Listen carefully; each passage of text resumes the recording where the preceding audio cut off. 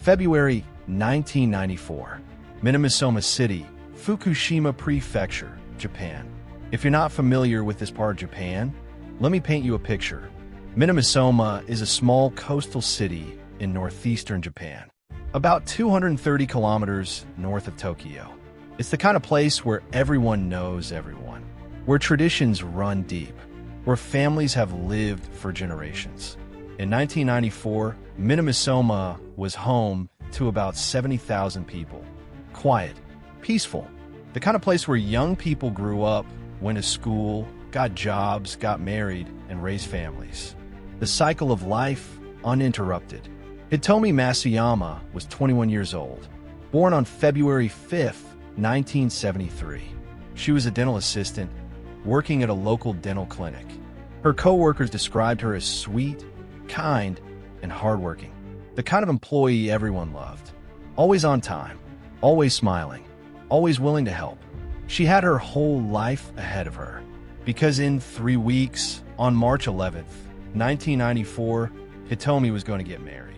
She was engaged to a man we'll call her fiancé, since his name was never publicly released. They'd been together for some time. They were planning a future, a home, a family, everything a young couple dreams about. February 19th was supposed to be a special day for Hitomi. It was her last day of work at the dental clinic. In Japan, it's customary for women to leave their jobs before marriage to focus on their new family. Hitomi was following this tradition. She'd said her goodbyes to her co-workers. She'd cleaned out her desk. She'd left work at 1:10 p.m., full of excitement about the future. She got in her car and drove to her home. She never made it. But before we get to the disappearance, we need to talk about what happened in the days leading up to it. Because Hitomi wasn't just randomly taken. Something was building. Something dark. In the days before February 19th, Hitomi started receiving strange phone calls at home. Someone would call. The line would be silent. No words. No breathing. Just silence. Then the person would hang up. It happened multiple times. Enough that Hitomi noticed. Enough that it made her uncomfortable. And then, on the day of her disappearance, something even stranger happened. While Hitomi was at work, someone called the dental clinic. The receptionist answered. "Is Hitomi Masuyama there?" a woman's voice asked. The receptionist said yes. "She's here, but she's with a patient. Can I take a message?" The woman hung up. Later, when investigators looked into this call, they discovered something chilling. The woman who called was the ex-girlfriend of Hitomi's fiancé. Let that sink in for a moment. The woman who would later become the prime suspect in Hitomi's disappearance called her workplace on the very day she vanished. Coincidence? Or something more sinister? February 19th, 1994, 1:10 p.m. Hitomi left the dental clinic for the last time. Her co-workers waved goodbye. She smiled. She got into her car. A short drive home. Maybe 10-15 minutes. Nothing unusual. Nothing dangerous. But Hitomi never arrived home. Her family didn't immediately panic. Maybe she stopped somewhere. Maybe she went to see a friend. Maybe she was running errands. Young women don't vanish in the middle of the day in small Japanese towns. Things like that don't happen. But as evening turned to night, and night turned to the next morning, the family knew something was wrong. They called friends. They called relatives. Nobody had seen her. Nobody had heard from her. They contacted the police. And that's when the search began. On February 20th, the day after Hitomi disappeared, police found her car. It was parked on the side of a road, not far from her home. The keys were still in the ignition. Her purse was inside. Her belongings were there. Nothing appeared to be stolen. But Hitomi? Gone. And here's where it gets even stranger. On the exterior of the car, investigators found something disturbing. Malicious letters. Words written on the outside of the vehicle. Hateful words. Threatening words. Words that suggested this wasn't a random crime. This was personal. Someone was angry at Hitomi. Someone wanted to hurt her. Someone had a grudge. When police investigated Hitomi's life, looking for anyone who might want to harm her, one name kept coming up. The ex-girlfriend of Hitomi's fiancé. This woman, whose name was never publicly released due to Japan's strict privacy laws, had been in a relationship with Hitomi's fiancé before Hitomi came into the picture. And according to reports, she was not happy about being replaced. She had called Hitomi's workplace on the day of the disappearance. She had, according to some accounts, made threatening statements about Hitomi in the past. She had motive. She had opportunity. Police questioned her extensively. And here's what they discovered. She had an alibi. A solid alibi. For the time Hitomi disappeared, the ex-girlfriend was somewhere else. Witnesses confirmed it. She couldn't have been the one who took Hitomi. Or could she? Because here's the thing about alibis. They prove you weren't physically present, but they don't prove you weren't involved. They don't prove you didn't hire someone else to do your dirty work. And in Japan, especially in the 1990s, there were people you could hire for such things. People connected to organized crime. People connected to the Yakuza.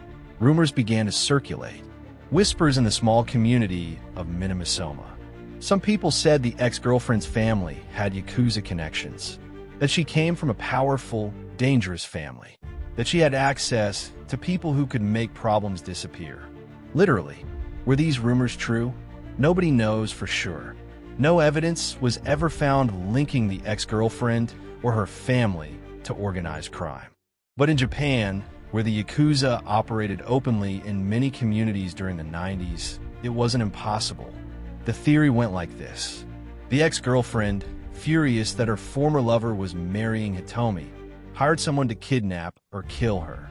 Maybe as revenge. Maybe to send a message. Maybe just out of pure jealousy and rage.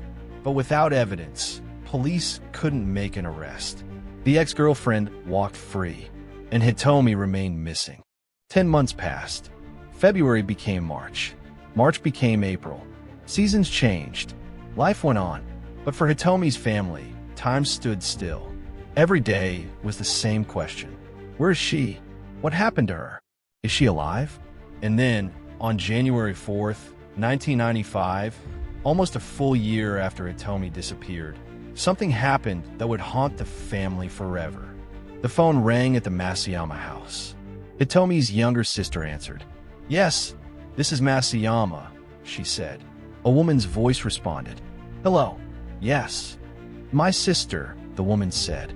Hitomi's sister was confused. "Yes. Who are you?"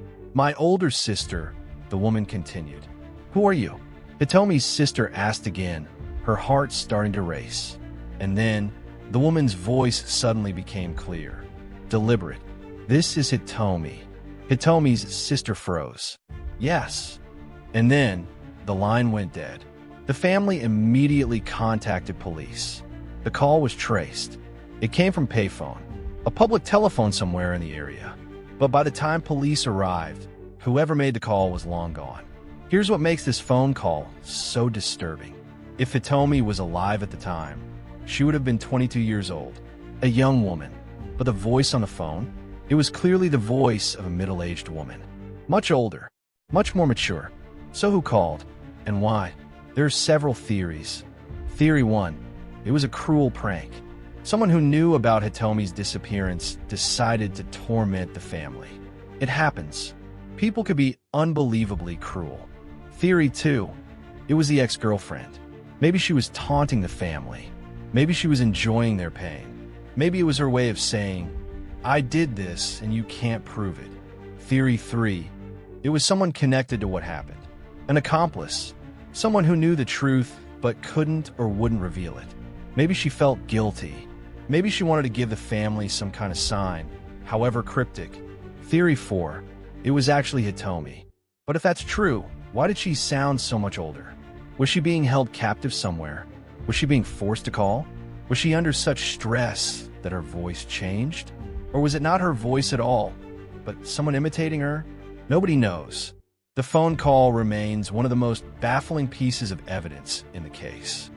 As months turned into years, the investigation into Hitomi's disappearance grew cold. Police had no body, no witnesses, no concrete evidence pointing to anyone specific. The ex-girlfriend remained the prime suspect in the eyes of many. But without proof, without evidence that could stand up in court, prosecutors couldn't move forward. And in Japan's legal system, which has a conviction rate of over 99%, prosecutors don't bring cases to trial unless they're absolutely certain they can win. So the case sat, unsolved, unresolved. Hitomi's family never stopped searching. They distributed flyers. They spoke to the media. They begged anyone with information to come forward. But nobody did, either because they didn't know anything or because they were too afraid to speak. And that fear is important, because if the rumors about Yakuza involvement were true, speaking out could be dangerous. The Yakuza don't take kindly to snitches. They don't forgive witnesses. In communities where organized crime has influence, silence isn't just common. It's survival. Over the years, there were reported sightings. Someone claimed to see a woman who looked like Hitomi in Tokyo. Another person said they saw her in Osaka. But every lead turned out to be a dead end, either mistaken identity or false reports. The years passed. 2000, 2005, 2010. Hitomi's family aged. Her parents, who were middle-aged when she disappeared, became elderly. Her younger sister, who answered that chilling phone call, grew up, got married, had children of her own. But Hitomi? Still missing. Still gone. Here's what makes the Hitomi Masuyama case so disturbing. It's not just that she disappeared. It's how she disappeared. Her car was found with the keys in the ignition. That suggests she left the car voluntarily or was forced out quickly. If someone had carjacked her or abducted her violently, there would have been signs of struggle. The keys would have been taken. The car would have been driven somewhere else, hidden, abandoned in a less obvious location. But her car was left in plain sight on the side of the road near her home, almost as if someone wanted it to be found, almost as if someone was sending a message. And then there are those malicious letters written on the outside of the car. What did they say? The exact words were never publicly released, but they were hateful, personal. They suggested someone who knew Hitomi, someone who hated her, someone who wanted her to suffer. This wasn't a random abduction. This wasn't a crime of opportunity. This was planned, targeted, personal. And what about the phone call? That haunting, impossible phone call from a woman claiming to be Hitomi, but sounding nothing like her? Was it psychological warfare? Was someone torturing the family, prolonging their agony? Or was it a genuine attempt to communicate something? A cry for help that was misunderstood? We may never know.